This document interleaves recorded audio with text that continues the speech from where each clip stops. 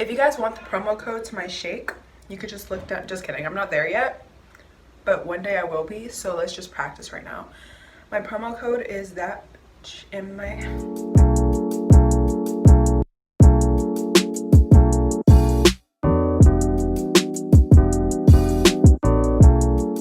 Okay, but where are you though? I already told you I didn't like you around those friends, so like, yeah, but you said you would be home like 30 minutes ago, and I counted and it's been like 32 and a half minutes, so like, did you stop by her house again or something? Like, tell her I said hi. You could tell her I say hi though. And first of all, the friends you're around, I don't even want you. Hey guys, we're about to start this video. Thank you so much for clicking on this video today. Welcome back to my channel, and if you're new, my name is Gabriella and I post videos every single Wednesday. Today's video is going to be about 8 signs that you are in a toxic relationship, or plot twist, maybe you're the toxic one, which is fine because on this channel we don't judge, we grow, we learn from our mistakes, and we better ourselves as people. Bam, okay? So if you're ready to boss up and stop being toxic, or drop that lame that's toxic in your life, keep on watching. Alright, so the number one sign, or one of the number one signs that you are in a toxic relationship, is it feels like you're in an ownership, not a partnership. Now, I know it's normal for people to be like, oh, that's all me, or like just being like very possessive in a relationship, which is cute, okay, it's cute. But there's a point where you get a little crazy with it, like starting to think like they need to check in with you, like you're their parole officer or something. I'm gonna need you to calm down. First of all, I'm gonna give you 5 seconds real quick to call your boyfriend and girlfriend and ask them if they recall like signing their name in blood to sell their soul to you. I'm gonna give you 5 minutes to do that. Oh, you called? They don't remember? Oh, so it's in your head? You're crazy? Okay. So you need to stop that, all right? We don't own anybody. The person that they hopped out of, they don't even own them. So why in the hot ass hell would you own them? You don't, okay? You don't own them. They're your partner. Partners don't own each other. They share their quality time together. And you shouldn't show possession in a relationship because you don't possess them. You enjoy them. You appreciate them. That is a relationship. I'm going to keep that very sweet and simple because it is simple. You don't own them, period. You don't own anything about them. They are sharing their life with you. You are not their life. And you shouldn't want to be anyway. You should have your own life. All right? So if your relationship is feeling a bit like an ownership and not a partnership, you got a little something toxic going on, and you guys need to set some boundaries and understandings. All right, so the number 2 toxic trait in a relationship is jealousy, no trust, and accusations. All right, first of all, jealousy is a human trait, right? Human trait. It's an ugly trait, but it's a human trait where you're jealous, you know, whatever. Like, she looked a little too long. Calm down. But jealousy is also very pointless. If somebody wants to be with you, they want to be with you. If they don't want to be with you, they don't want to be with you. If you notice that somebody doesn't want to be with you, and they're making you feel jealous, and it's not your insecurities, and they're actually doing things that make you be like, do you want me? Then you need to drop them, because there's 1,000 other men or women that will love you for you and not look elsewhere because they have everything they want right there, okay? So jealousy is very pointless because, like I said, it is what it is. They either want you, they don't. And also jealousy like is knocked off the list when you know that you're a prize, when you know that you're something to lose. Play with it if you want to. You could lose me if you want to. Like, do it. What? I don't care. Like, I know what I am, so do what you're doing, do whatever, because at the end of the day, this is what I'm gonna hand to you, this L. All right, next one, no trust. Checking phones. Let's just talk about checking phones real quick. There's a thing called delete. So no matter how much you check a phone, something could be deleted. You will never be in control. A lot of these signs on this list is about being in control. And in a toxic relationship, when you're toxic, you have a tendency to want to be in control. No trust is when you want to be in control and want to see everything and have eyes in the back of your head. That's never going to happen, okay? You're never going to see everything. If somebody wants to, the most valuable thing I learned in life is that a cheater's going to cheat, a liar's going to lie, people are going to do what they're going to do, and there's no amount of stalking, no amount of checking, no amount of driving yourself crazy every night that can change that. So no trust is also pointless. It's like, I don't care what's in your phone. Like, what's gonna come to light is gonna come to light, and that's gonna be your problem. I don't care to even check what's in your phone. I don't care. That's your phone, and my phone is my phone, period. Okay? Next one is accusations, especially when the accusations come with like no reason to accuse, like no probable cause on why you're accusing. You're literally just pulling stuff out of your butt and being like, this is what you did last night. Like, when there's no reason to accuse, it's like, what are you doing? Like, come on. Keisha Cole said it best. If you gonna tell me I'm cheating, it's looking a little nice to do it because you're accusing me anyway. You're gonna say I went to the club? I might. Okay? So accusations is dead. Like, don't do that. Unless like you really have proof and you want to be like, this is what you did, I have it right here, I'm leaving you, cool. But other than that, save it, because there's really no point. All right, number 3 is like my biggest pet peeve. I'm a Gemini, but I'm also a reasonable human being. So my favorite thing is communication. And if you can't offer that to me in a relationship, you're too young for me. Like, you're too childish if you can't communicate. So number 3, toxic sign that you're in a relationship.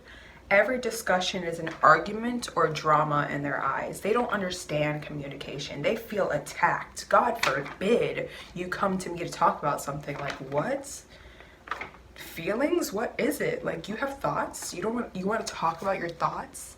That is a foreign language to them. Like, we're blessed with the ability to speak, and I'm going to use it. If something's bothering me, I'm going to try to talk about that, and you're not going to mentally and emotionally abuse me by making me think like that I'm wrong for trying to talk about my feelings, especially if I come to you correct about it. If I'm coming to you crazy and I'm wilding like, yo, this is like, then I understand you calling me toxic. But it's like, if I come to you like a human being, like, hey, this is bothering me, and you want to talk about, oh my God, you're always trying to argue, you're so full of drama, like, you're a psycho, and I'm allowed to speak about my feelings, and you're not about to try to mute that privilege and right of mine. So I'm gonna go and I'm gonna express those feelings to your homeboy.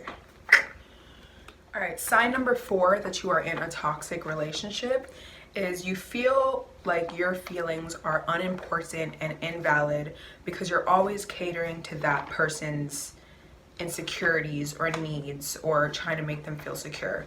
So this falls into the category, if you're with somebody that's been hurt before and they have a lot of trust issues, and you're in that position as that caring partner that knows what they've been through, so you kind of inconvenience yourself to always assure them, always make them feel secure, always like prove yourself to them.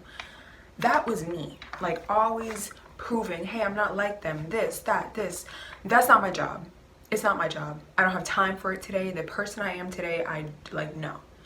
Your insecurities, your trust issues are something you need to deal with before getting into a relationship, because it is selfish to make somebody else have that job to like take care of that for you. Absolutely not. 2020, 2021, and all above and beyond, never again. No.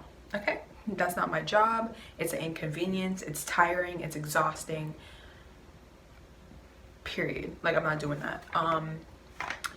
And it also starts to make you feel like you don't personally matter because, and it's selfish. Like, you're being so considerate for this person that has all these trust issues, but they're not being considerate about your feelings and thinking to themselves like, damn, when I push this person away for no apparent reason just because of my own issues, how do they feel? They love me. Like, that must make them feel like, you know what I mean? They're not thinking about you, but here you are breaking your back, making yourself feel less important, making yourself feel less valid, putting your feelings on the back burner for their feelings. It's just not an equal exchange, and you're gonna resent them in the end for all that, okay? So don't, okay? That's toxic. All right, so sign number 5 that you're in a toxic relationship. You catch yourself constantly making excuses to yourself or others when speaking about the situation you're in with this person. So if you catch yourself trying to sugarcoat a situation when you're like talking about something about them with somebody else, it's probably because you love this person and you're trying to protect them, and you're trying to protect their image to other people. And if you have to protect someone's image, they're most likely toxic, and you don't want to expose that to other people. Because when you're in a toxic relationship, you love the person, so you don't want others to think of them as toxic. You're trying to protect this person from being in the light that they pretty much deserve to be in. Okay, so, and especially the brainwash stage where you've been in this toxic situation for so long that you even start making excuses to yourself, like, oh, they didn't mean it like that, or they were just having a bad day, or they have anger issues, or they've been through this, so that's why. And no amount of bad day or bad past will make somebody that loves you treat you like trash. Okay, treating you like trash, there's no excuse, there's no reason that's valid enough to put yourself through that, because you matter too. Just as much as you want to make them matter, you matter. You're a person. The same love and care that you're giving to them, what are you doing to yourself? You're neglecting yourself, and yeah, that's not okay. And one thing that I caught myself doing is teaching myself not to take it personal, which is good, because nothing in life is personal. Like, literally, we are all mirrors. The way people treat or speak to us is a mirror of something going on in them. Like, nothing is personal. It has 0% to do with you and 100% to do with them. So I started to teach myself that it's not personal. Like, oh yeah, they're saying or doing that, but it's like, it's not personal to me. So even though I didn't take it personal, it still long-term affected me, and I had to unwind that, and I had to unbrainwash myself and do all that. So like, even though you're not taking something personal, us as humans are sponges, and like, negativity and being in a negative situation, we're gonna soak that in, and it's going to affect your aura, it's going to affect your energy, and you need to clear it, because that's just not, I'm very sensitive to energy, and I can't afford to be around something so negative anymore. So that's a never again. All right, sign number 6 about being a toxic relationship is they put you down to make themselves feel bigger. This is toxic and abusive. If somebody wants to belittle you in order to make themselves feel however type of way that they want to feel bigger about themselves. Now, they can put you down in ways that are very blunt, like speaking about your looks or something. First of all, go ahead and talk about my looks, because you're lying. But I'm joking, but they put you down to make themselves feel better. So they can either do something like your looks, like you ugly ass. Okay, they could say all those bad things. I'm not gonna say that on here because we don't need that negativity in our ears. But they could like put you down looks wise, or they could put you down in other ways, like making you feel like you're always the problem. Like, if they explode at you, or they like get mad at you, they're gonna always make it feel like it's your fault. Like, you did this, you said this, you triggered me. Like, they're gonna make you feel like you're the problem. They're gonna make you feel like you're difficult, or you talk too much, or you do this, or you do that, putting you down to make you and it's sad, because like, being in a situation like this, you'll actually start to question yourself, like, am I that way? Like, and it's, oh my god, stop. You're not that way. This toxic, psychotic person is confusing you. You're not that way. You're beautiful, and trust me, everything that they're putting you down for, the next person is gonna love. This person says you talk too much, but this next person is gonna be like, damn, express yourself, fine ass you know what I mean? Like, this next person is gonna love that you're expressive. This next person is gonna love everything about you that this person tried to make you hate about yourself.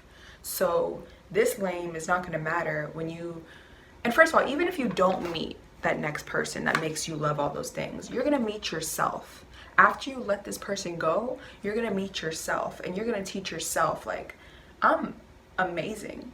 Like I said in my last video, you don't need anybody. So even if you don't meet that next person yet, you're gonna meet yourself after you let this toxic person go, and you're gonna be like, wow, I am bomb, I'm amazing, like, I'm well spoken, I love myself, I'm great. All right, so number 7 is they apologize with no changed behavior. It's just a cycle. So this one is very obvious and very like self-explanatory. No matter what somebody says, if they keep doing the same thing like over and over that they know hurts you, they don't love, they don't respect, and they don't care for you at all. No matter what they say, if they And also, they're not scared to lose you, which is joke's on you, because you're gonna lose me. You're gonna lose me, sweetheart, if you keep doing this. Like, yeah, I may come back twice or 3 times, but I'm gonna leave that 4th time and I will never be back. This, and by the way, I was joking with the 2 or 3 times. Like, nowadays, the 1st time. I actually have no tolerance. Actually have too little tolerance now, which is kind of bad too. Like, you should be a bit more understanding, but my tolerance is all the way down there. All right, so yeah, like, apologies with no change behavior. This person is not scared to lose you. They do not value you. They do not care for you. They do not love you. I don't care what they got going on up here. If they keep doing the same thing over and over, they don't respect you. They don't value you, period. Toxic. And last but not least, number 8 kind of wraps up the first topic. Number 8 is they want to isolate you from friends and family, and they're very, very selfish about your time. So they're going to make you feel like you're bad for having friends because they don't have friends. They're going to make you feel like you're bad for having a life outside of them because they don't personally have a life outside of you. So you're not selfish for being around your friends. You're not selfish for being around your family. You're not their babysitter. You don't have to be around them 24/7. Like I said, first point, ownership, not, I'm sorry, partnership, not an ownership. They don't own you. You don't own them. You're sharing your life with them. They are not your life. So they're going to try to isolate you from them, make you all about them. And that's just a power tactic. Like, when you have nobody else, they can control you. So yeah, that's not going to happen. So yeah, that was number 8, my 8 signs that you were in a toxic relationship. There's obviously way more like toxic signs that you could look out for, but this was, in my opinion, the top 8 that I wrote down. I hope you guys enjoyed the video. I hope you guys learned something. If you're that toxic person, like I said, you could definitely dig deep down into yourself and realize why you do these things, and definitely change that about yourself. And also, just a quick like PSA, if you are not happy, if you are not content, if you are not confident, do not get in a relationship, because that person that you're going to put through this experience does not deserve that, and you shouldn't go around bleeding on other people because you haven't healed yourself. So with that being said, this concludes my video for the 8 signs that you are in a toxic relationship, or maybe you're that toxic person. I hope you guys enjoyed the video. I really enjoyed making it for you all, and I'll see you guys next time.